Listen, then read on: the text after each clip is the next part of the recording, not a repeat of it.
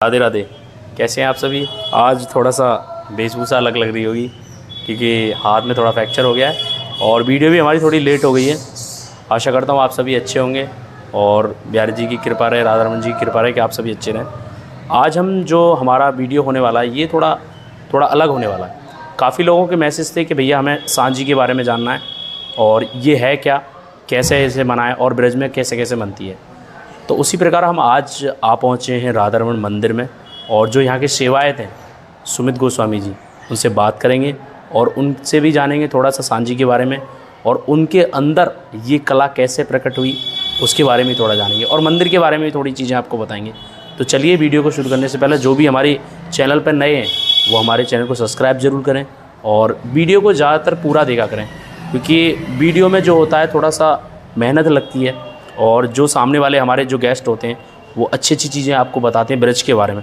तो ज़्यादातर वीडियो को स्किप ना करें, ज़्यादा से ज़्यादा वीडियो को शेयर करें ताकि ये जो लाभ है ब्रज का वो औरों तक भी पहुँचे। तो चलिए उनसे बात करते हैं और थोड़ी सांझी के बारे में बात करते हैं। चलिए।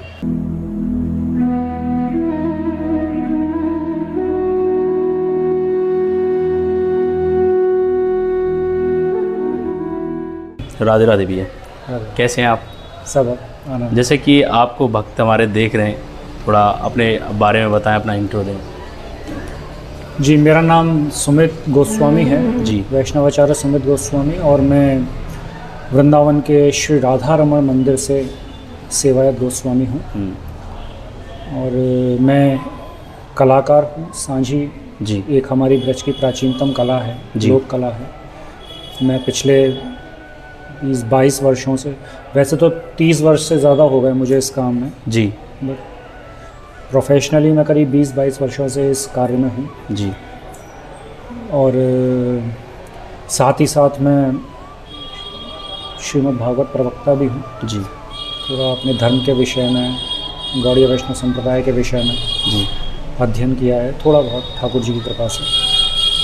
तो ये मेरा परिचय है। अच्छा, अगला मेरा प्रश्न आपसे ये है कि जैसे कि हम और मंदिरों में जाते हैं वहाँ ठाकुर जी का विग्रह बड़ा है और राधा रमन मंदिर में विग्रह बड़ा छोटा है।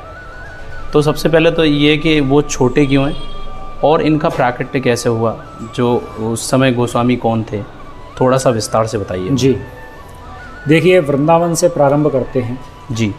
वृंदावन श्री ठाकुर जी की लीला स्थली है। जी। मतलब एक तरह से क्रीड़ा स्थली भी कह सकते हैं। जो बाल्यकाल की सारी लीलाएं ठाकुर जी ने वृंदावन में की हैं। जी। और यदि हम देखें तो द्वापर युग करीब 5000 साल पहले की बात है। जी। और उसके बाद 500 वर्ष पहले, 550 वर्ष पहले जब श्री चैतन्य महाप्रभु वृंदावन पधारे, जी, उन्होंने वृंदावन की खोज की। अभी कार्तिक पूर्णिमा गई है, कार्तिक पूर्णिमा के दिन ही उनका आना हुआ था वृंदावन। जी। तो उन्होंने वृंदावन की खोज की। तो 500 साल और 5000 साल बीच के 4500 साल की हिस्ट्री नहीं है। तो वृंदावन उन्होंने खोज की, वहाँ षट गोस्वामी स्थापित किए। षट गोस्वामियों ने सप्त देवालय स्थापित किए। जी। तो सप्त देवालय में से एक जो है वो श्री राधा रमन मंदिर है। जी। और रही बात विग्रह की, तो प्रारंभ में वृंदावन में 3 ही मंदिर थे। ये पूरा वृंदावन 3 मंदिरों की प्रॉपर्टी है, समझिए। जी। श्री राधा मदन मोहन, श्री राधा गोपीनाथ और श्री राधा गोविंद देव। जी। गोविंद, गोपीनाथ, मदन मोहन 3। तो तीनों की प्रतिमाएं थीं, तीनों जगह सेवाएं होती थीं। षट गोस्वामियों के आपस में बहुत प्रेम था तो सभी गोस्वामी जाते थे, वहाँ सेवा करते थे। हमारे श्री गोपाल भट्ट गोस्वामी जी वहाँ सेवा करते थे अपनी। तो एक बार जब वो गंडकी नदी गए, वहाँ पे शालिग्राम जी के कुछ विग्रह उन्हें प्राप्त हुए, तो वो सेवा वहाँ से लाकर यहाँ सेवा करते थे। जी। परंतु ठाकुर जी का कोई स्वरूप नहीं था। जी। और शालिग्राम जी के विग्रह का कोई स्वरूप नहीं होता। तो तरह तरह के श्रृंगार होते थे गोविंद, गोपीनाथ, मदन मोहन में। तरह तरह के आभूषण चढ़ाए जाते थे और कई बार श्री गोपाल भट्ट गोस्वामी जी को भी सौभाग्य प्राप्त हुआ कि वहाँ पर जाकर उनका आभूषण धारण कराएं या वस्त्र धारण कराएं। जी। परंतु अपने ठाकुर का स्वरूप ना होने से उनको बड़ा शोक था कि मेरे स्वयं के जो ठाकुर हैं थोड़ा अजीब लगता स्वरूप नहीं है। तो मैं अपने ठाकुर को, जो अपना स्वयं का विग्रह होता है या स्वयं की जो सेवा होती है, वो एक आनंद अलग ही है। तो ठीक है, उनका ऐसा चलता रहा। तो उनके पास एक पिटारी थी, जी। एक बॉक्स टाइप का था जिसमें वो शालिग्राम जी के विग्रह को रखा करते थे। तो उनके भक्ति में इतनी प्रबल भक्ति थी कि एक दिन ठाकुर जी का विग्रह, जो शालिग्राम जी का विग्रह था, जी, वही राधा रमण जी के रूप में प्रकटित हुआ और जितनी बड़ी पिटारी थी उतना ही बड़ा विग्रह हो गया स्वयं से। इसीलिए स्वयं प्रकट मूर्ति कही जाती है राधा रमण जी की। और इसके विषय में एक श्लोक भी प्राप्त होता है, गोविंद मुखम गोपीनाथ वक्षस्थलम श्री मदन मोहन पादावती मनोरमो। जी। तो जब ये तीनों मंदिरों में जाते थे तो ठाकुर जी ने स्वप्न दिया कि उठ, तुझे कहीं जाने की आवश्यकता नहीं है, मेरे स्वरूप में तुझे तीनों का दर्शन होगा। तो गोविंद देव जी का देखेंगे तो मुख है, गोपीनाथ जी का वक्षस्थल और कटी प्रदेश तक है, और नीचे का जो हिस्सा है वो मदन मोहन जी का है। जी।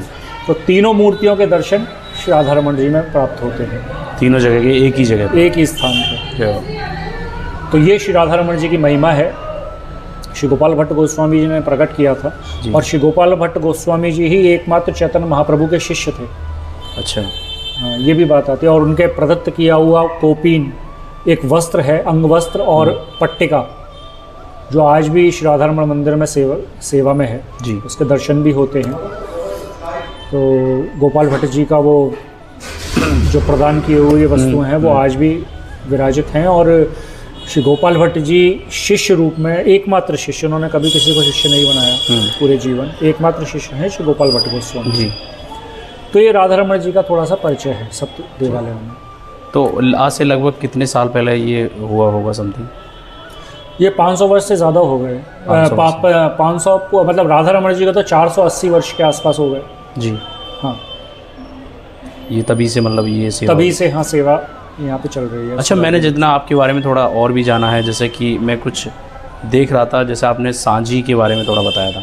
जी जी। ब्रज का एक मुख्य त्यौहार है ये, मेरे हिसाब से 10-15 दिन इसके बारे में चलता है, जगह जगह मंदिरों में बनाई भी जाती है। तो सांझी कब से स्टार्ट हुई, कैसे इसकी रूपरेखा है और क्या है ये सांझी, थोड़ा विस्तार से बताओ। जी, सांझी हमारे ब्रज की सबसे प्राचीनतम कलाओं में से एक है, ये समझिए। जी। तो इसका उद्गम श्री राधा से माना गया है। कैसे? श्री राधा श्री कृष्ण के लिए सांझी बनाती थी अपना प्रेम व्यक्त करने के लिए, और अपनी सखियों के साथ मिलकर। जब श्री कृष्ण गौचारण करने जाते थे तो जब संध्या के समय गोधूली बेला पे जब वो वापस आते थे तो अपना प्रेम दिखा, क्योंकि श्री राधा की और ब्रज गोपियों की प्रत्येक वृत्ति, प्रत्येक समय वो श्री कृष्ण के बारे में ही सोचती थी। उन्हीं का हित कैसे हो, उन्हें कैसे सुख दे सकें, यही उनकी कामना होती थी। और इसके बारे में हमारे ग्रंथ भरे पड़े हैं इन लीलाओं के विषय में।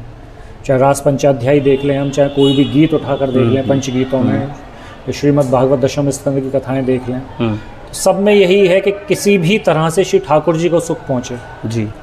उसमें तत्सुख की भावना थी, स्वसुख की भावना नहीं थी। तो ये सांझी के माध्यम से पूरे दिन श्री ठाकुर जी का चिंतन करते हुए वो पुष्प चुनती थी। पहले तो फूलों से सांझी बनाया करती थी, और सब सखियाँ, क्योंकि सांझी शब्द से यदि हम जानें तो सांझी का में कई अर्थ हैं। वैसे एक मतलब है साझा, साझा माने टीम वर्क।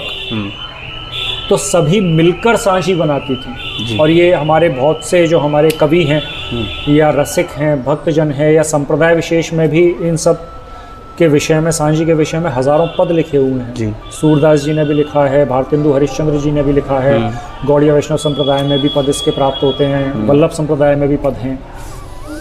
तो श्री राधा सखियों के साथ मिलकर सांझी बनाया करती थी। और एक सांझी का अर्थ है संध्या, सांझ।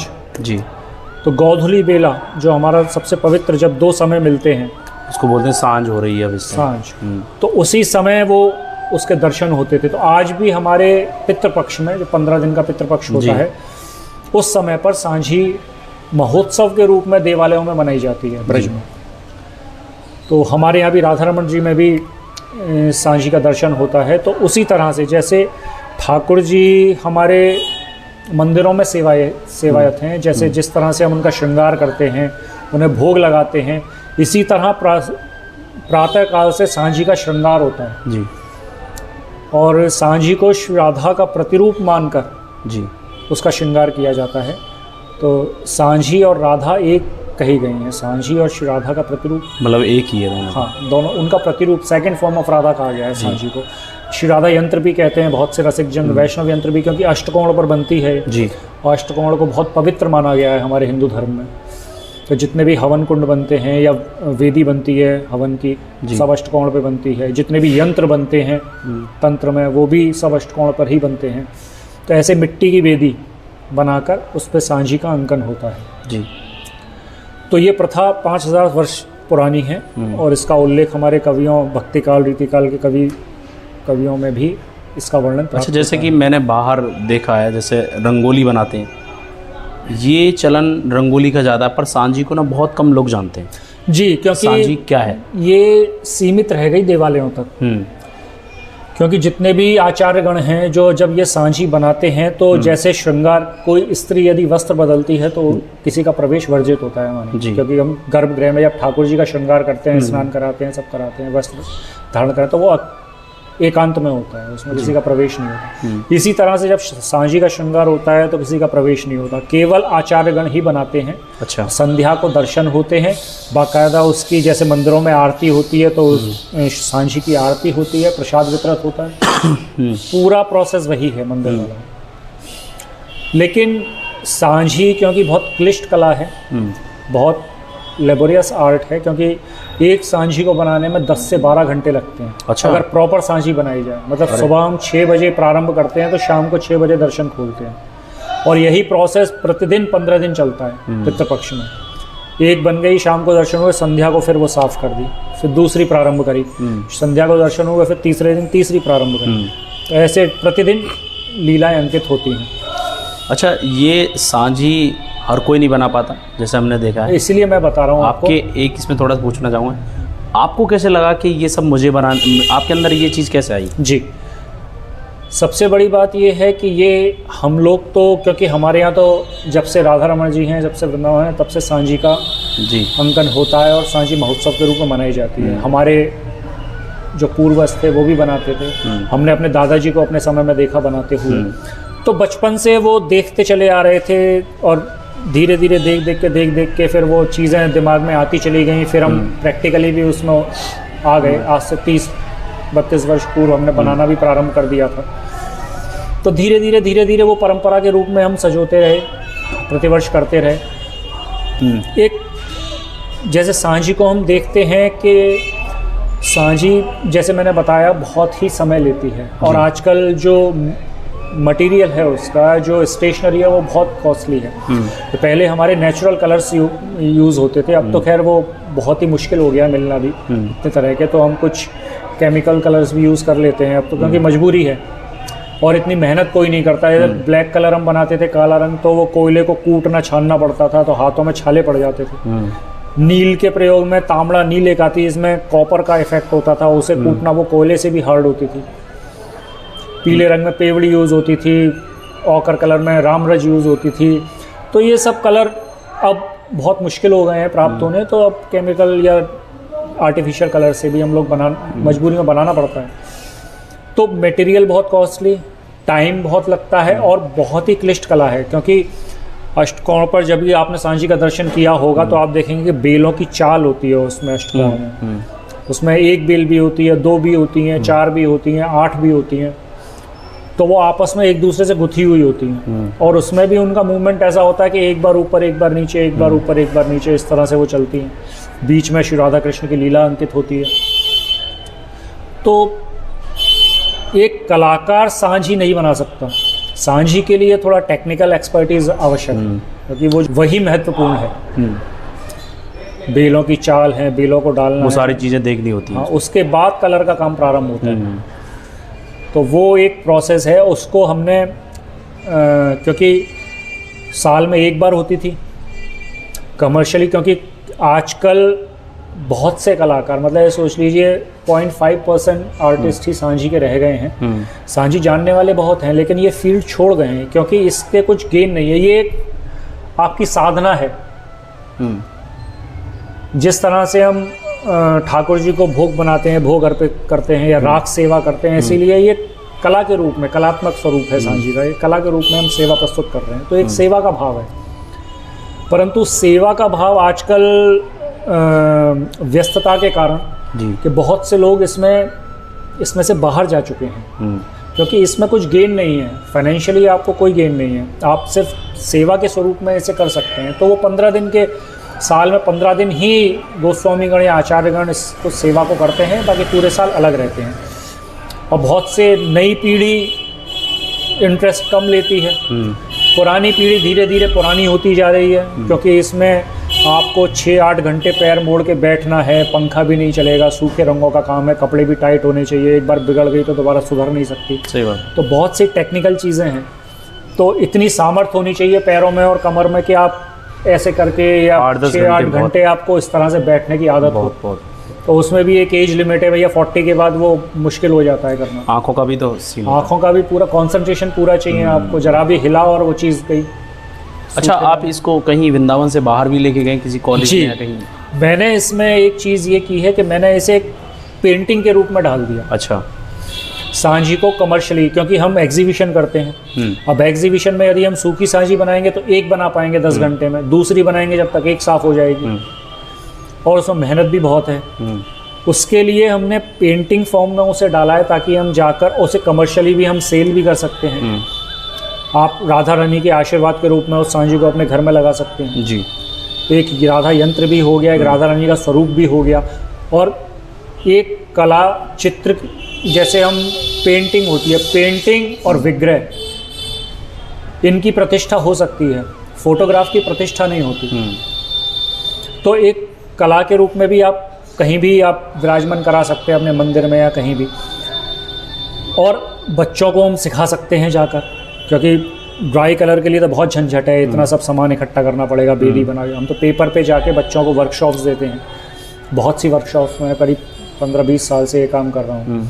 और बच्चों को, नए नए बच्चे सीखते भी हैं, और डिज़ाइनिंग वगैरह के कॉलेजेस जो हैं, जो NIFT IIFT जो हैं, या रिसर्च जितने भी, अभी इस पर PhD भी हुई हैं सांझी पे, क्योंकि जितना ये आध्यात्मिक है उतना ही ये हिस्टोरिक भी है।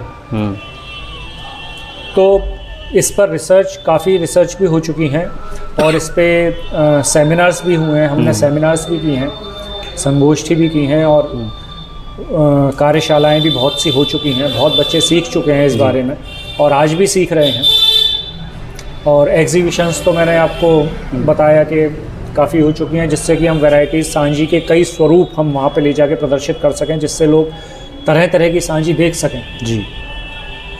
तो ये हमने इसमें बदलाव किया है सांझी में। अच्छा, जैसे कि हम देखते हैं, जैसे हर इंसान की लाइफ में कोई टर्निंग पॉइंट आता है जी, आप जैसे ये कला है आपके अंदर, कोई आपकी लाइफ में भी कोई टर्निंग पॉइंट ऐसा आया है जिसको कार्य करते थे, या कभी ऐसा हुआ हो जो बिल्कुल एकदम लाइफ चेंज हो गई हो? जी, मैं आपको बताता हूँ, 2001 के आसपास मैं कुछ सालों के लिए दिल्ली चला गया था। अच्छा। वहाँ मैं अमेरिकन एक्सप्रेस में जॉब करता था। अच्छा। 3 साल मैंने जॉब की। मतलब मंदिर की सेवा के साथ साथ आप जॉब भी करते थे? हाँ, मैं जॉब भी करता था। तो मैंने वहाँ जॉब की, तो एक दिन हमारे जो टीम में थे उन्हें कोई समस्या आई, तो हम वहाँ एक थे दिल्ली में, ये ईस्ट दिल्ली में, तो हम वहाँ पे उनके घर पे गए। तो अमेरिकन एक्सप्रेस के क्लाइंट थे, तो उनके घर पे जैसे ही प्रवेश किया तो सामने ही ड्राइंग रूम में एक राधा रमण जी का करीब 5 फुट का विग्रह उनके यहाँ जी, एक चित्रपट लगा हुआ था फ्रेमिंग में। हमें तो राधा रमण जी, हम अच्छा ऑफिशियल जॉब पे थे, तो हमारा स्वरूप भी वैसा ही था, पैंट शर्ट में। तो वहाँ पहुँचे तो हमने प्रणाम किया, तो राधा रमण जी देखे, तो उनसे पूछा, है राधा रमण जी का विग्रह आप कैसे जानते हैं? तो हमने कहा, भैया हम यहीं से हैं, राधा रमण जी से ही सेवायत गोस्वामी हैं। अच्छा। उनके गुरु परिवार राधा रमण जी का ही था, वो यहीं के शिष्य थे। तो वो कहा, वो हमारे गुरुजी हैं, तो हमारे वो चाचा जी हैं। उन्होंने फ़ोन मिलाया, बात करी, तो हमारा परिचय दिया, तो समझ गए, हमसे बात हुई। तो एकदम साष्टांग लेके बोले, आइए महाराज, विराजिए, बैठे। पूरा परिवार साथ बैठा, बहुत प्रसन्न हुए। राधा रमण जी कोई पधारा है और गोस्वामी पधारे, बातें होती रही। अचानक उनके मन में क्या आया, हमसे बोले कि महाराज जी एक बात मन में आ रही है, अगर आप कहें तो कहें। आप बिल्कुल बोलिए। तो बोले कि महाराज जी इस जीवन में सबसे श्रेष्ठ क्या है?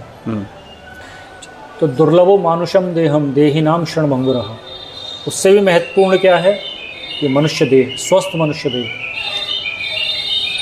अच्छा महाराज जी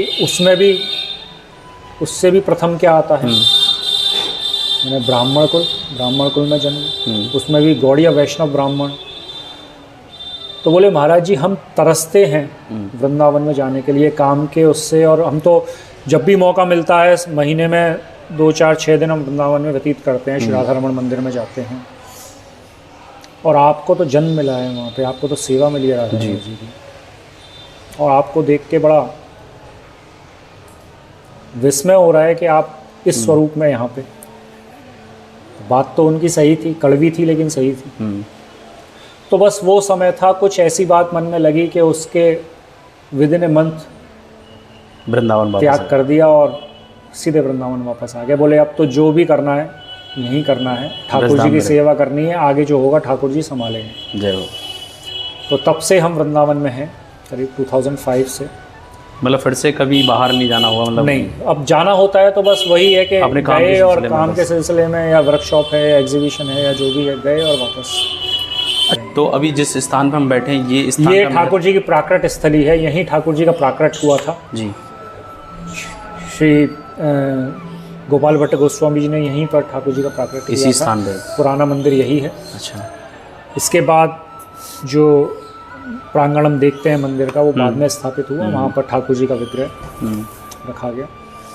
तो प्राकृत स्थली के रूप में यही आज तक सेवित है। ठीक है, ठीक। बहुत बहुत धन्यवाद, आपने इतना कीमती समय दिया। राधे राधे। राधे राधे।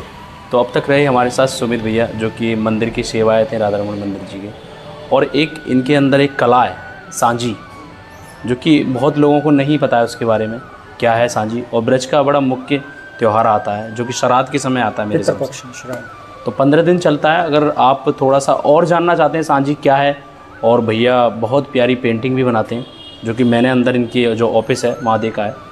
तो मैं कहता हूँ कि सांझी जो हमारी पुरानी चीज़ें हैं ब्रज की, उनको थोड़ा जानें। आजकल नई नई चीज़ें बनती हैं, फेस्टिवलों पर हम बनाते हैं, उनको थोड़ा हटें और इस चीज़ पे ज़्यादा फोकस करें, क्योंकि ये हमारी प्राचीन काल की चीज़ें हैं। और कृष्ण भगवान और राधा रानी बनाया करती थी कृष्ण भगवान के लिए। तो इस वीडियो में बस इतना ही। आशा करता हूँ ये वीडियो आपको अच्छा लगा होगा। अच्छा लगा है तो लाइक करिए, शेयर करिए, और हमारे चैनल पर जो नए हैं वो सब्सक्राइब करिए। और जो भी जानकारी लेनी हो मैं भैया की आईडी मेंशन करूँगा इसमें, और वहाँ जाके भैया को भी फॉलो कर सकते हैं। इस वीडियो में बस इतना ही। राधे राधे, जय बैर जी।